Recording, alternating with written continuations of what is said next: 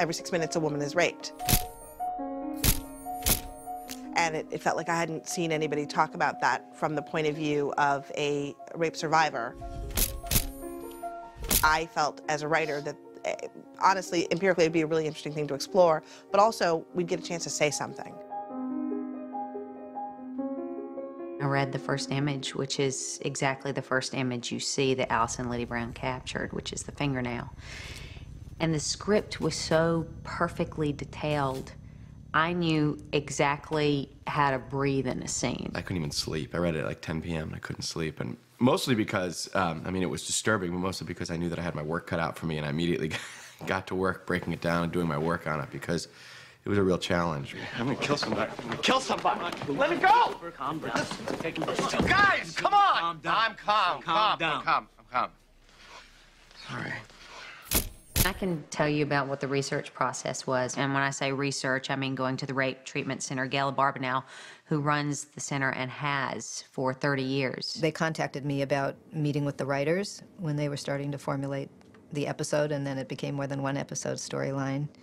And I really am grateful that they portrayed the reality of rape, which is never over in one episode. We wanted to do it right, and we didn't want to do it in a way that felt gratuitous. And they did such a great job of portraying what the real injury of rape is, which often victims call, you know, a broken soul or a wounded soul. And Katie really portrayed that in an incredibly powerful way. Gail took me through the room so that I understood what a room where rape kits were performed looked like. In addition to that, the wonderful writers here had worked with Gail as well, but they had also put me in contact with RAINN, which is the Rape, Abuse, Incest National Network. We really worked to make sure that they got the most accurate information about the impact of trauma on the survivor and how that experience really manifests itself.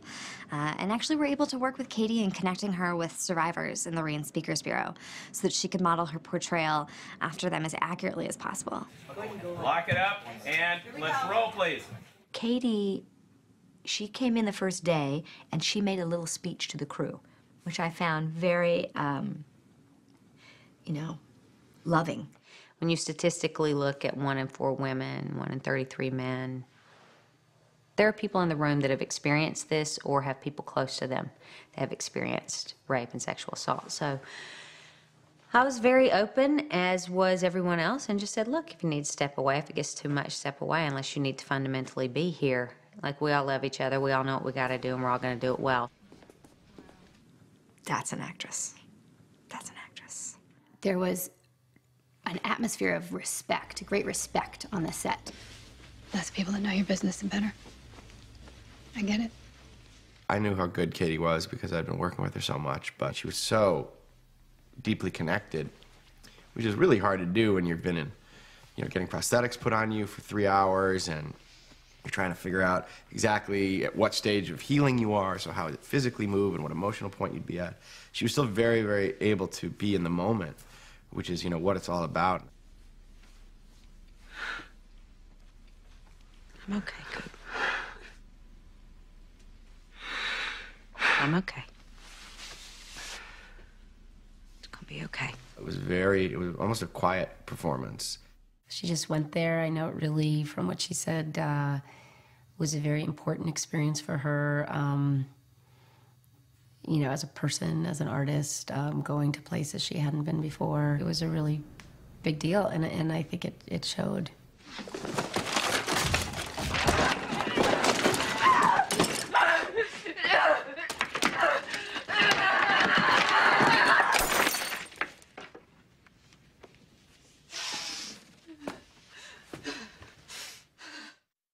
Ready? And background. Action. Allison told the story very simply, in a way that really, I don't know, brought it home much more so than I'd ever imagined. Charlotte, don't. He could do this to someone else. Charlotte, if you don't report this, there are other women to think about here. I said, don't. Allison is very talented. She's really great. She's Yeah. really talented. And she has a Great with the wonderful actors. rapport with the actors, I was going to say. You really rely on the director to give you spot-on direction. And she is so specific and strategic, and she'll give you one little note, and it just sort of changes everything, and it's great. She's really wonderful. The trust that she and Katie had, and they bonded over the course of this episode, was really important. We had a conversation before we started filming, and I said, listen, not for 1 minute do you let this get precious, because this cannot be. I don't want anyone that's lived through this to watch this and to feel like we haven't honored the experience. That's why she does not cry. She does not have a tear, and Shonda and I were behind this 100%. I know you're trying to help, but if helping me means that everyone, that Cooper, is gonna be looking at me the way you're looking at me now, please do not help me. I said, if there's gonna be any crying, it's gonna be me, and it's gonna be the audience. But it's not gonna be you. And she was like, absolutely. I'm sorry. I'll go. And she'd do something, I'd say, that was beautiful. And she'd say, anything? And I'd say, no, just do it again. Sometimes it's just the simplest things, because what you're saying to the actor is, you've already got it. You're already there. Now I want you to be in it even further. In other words, you're not judging it. You're not wondering, is that too much? Is that too little? You've already, now own it. Now just go. And there's a freedom in that, because they can say, oh, she's got what she needs. Now I'm just going to do what I got to do, you know? And sometimes that can be, that's the magic thing. Or sometimes it'll be way over, and you think, oh, thank goodness, because I have that one. Quiet on the stage. Quiet, please. What room is she in? You need to prepare yourself. She doesn't look great. I can handle it. What room is she in? 524E. Oh. They did not let Paul see me until he saw me on screen. It was kind of a lot of cloak and dagger stuff about getting her around stage and hiding her from me. That's why it felt so real, because Paul was just open to what was happening in front of him. But what really got to me was we had shot those scenes in the hospital room, and then she demands to go home, and she asks Cooper to help her get dressed. What are you doing? You should be in bed. Get these on. Seeing Katie did it so beautifully, the physical damage to her body was such that she couldn't really move. When I did take her shirt off, she was all bruised up and down her back and her arm, which I hadn't seen before and I didn't really expect. And I found it really distressing. He saw my back. Like, it's interesting because it was the wound that he had not seen. That really took him to a place that was heartbreaking for me. For loving me. Take me home. One of the things that was so striking about the episode was that there was very little musical score used. Listen to the music, or lack of. Oh, yeah. There is, yeah, we didn't put any, I didn't put any score in there at all, except for at the very beginning and the very end. And I said, without any music at all? And she said, yes, I think it's a silent episode. And I thought, that's a very gutsy thing to do.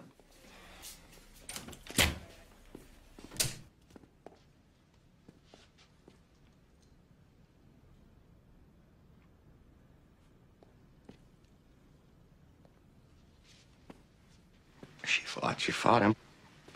She's 90 pounds soaking wet, but she's a fighter.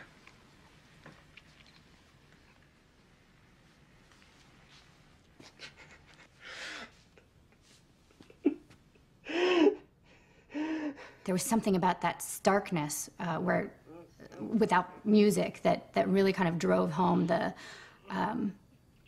force of reality behind something like this. Watching the episode was very surreal. I think any actor kind of has a moment of watching themselves. It's hard. This was so not about me, for me. It was about sitting down with my husband and having it affect him in that way, talking to my parents, and to see their response to that reality was pretty amazing, because they really got taken in the story, and that's when I felt pretty good about what we were doing. Although, again, you know it's fictional. You're seeing this horrible thing happen to somebody that you love, and you know, that was difficult. But at the same time, there was something really gratifying about seeing it work. Where does it hurt most? My soul.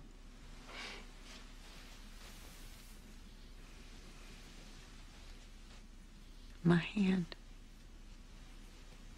My face. Then I'll start there. Sheila? I was dumbfounded. You know, I was silenced. And, you know, kind of stuck to the edge of my seat.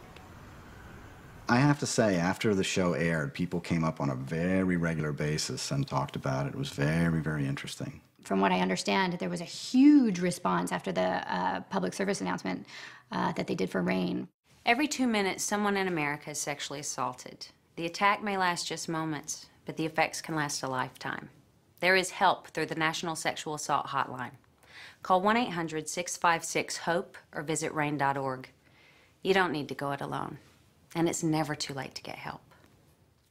As a result of Katie's work portraying Charlotte, she has become incredibly involved with RAINN and is now advocating for survivors of sexual violence on a national level.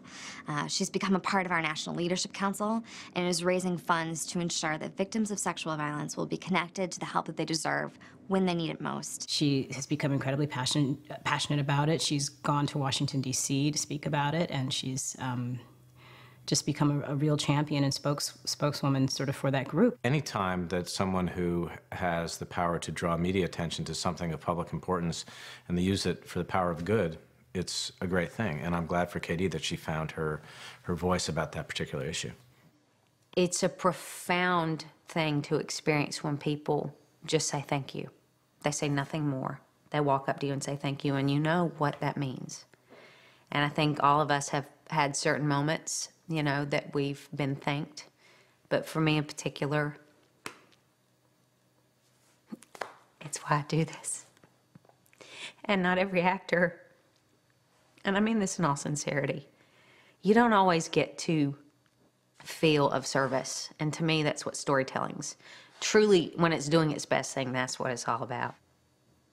So to have that and to connect to people about something that means so much to them and means so much to me has been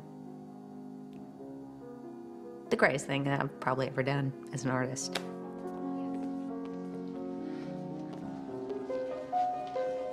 Don't let me fall. I won't.